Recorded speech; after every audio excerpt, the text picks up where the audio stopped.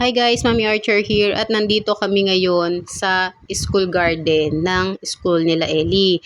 Bibili ako ng lettuce para kay Daddy at the same time para doon sa aming banding dahil gagawa kami ng burger para sa aming magkakaibigan. Ngayon, ang binili ko lang ay halagang 50 pesos. Marami pa naman na lettuce na nakatanim doon sa school garden. Tapos si Kuya yung nag-assist sa amin. Si Kuya talaga yung palaging nag-assist diyan kapag wala yung aking teacher. Simple background lang, etong area na to na pinagtataniman na school garden nga ngayon, ito yung dating room ng mga Boy Scout. Dito ginagawa yung mga handicraft project. Dito kami nagche-chess, dito kami nagte-table tennis.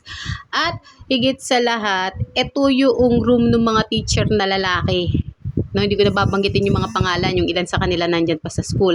At ayan, nakakita ako ng kamatis. Pero hindi ko inahawakan dahil alam nyo naman, ang aking kamay pagdating sa halaman ay merong sumpa. No, hindi talaga malamig yung aking kamay sa halaman at baka mapagalitan ako ng aking teacher. Tapos, yun nga, meron din silang tanim na kangkong, meron silang kamatis, at nakakita kasi ako nung kakawate. So sabi ko, kapag kailangan ko ng kakawate, madali lang naman manghingi dito sa mga tao dito sa school kasi nga mababait naman talaga sila. Tsaka mga teacher ko nga sila before, no, nung ako ay kabataan pa. At doon sa dulo, meron ding kakawati. Doon so sabi ko, salamat naman at hindi na ako mahihirapan. And then, of course, babalik ko din yun para sa kanila. Kasi nga, kailangan ng germicidal and antibacterial soap ng mga estudyante. Lalo ngayon, hindi na namin problema ang tubig. Dati kasi problema yung tubig sa school. Nagpapaigib pa talaga. Pero awa ng Panginoon is meron na silang naging solusyon. Nakakita ako ng sili at dahil mahilig ako sa maanghang, ayan, sabi ko, Kuya, pengin dalawa, pero ang totoo, 3 talaga yung kinuha ko. Alam naman ni Kuya.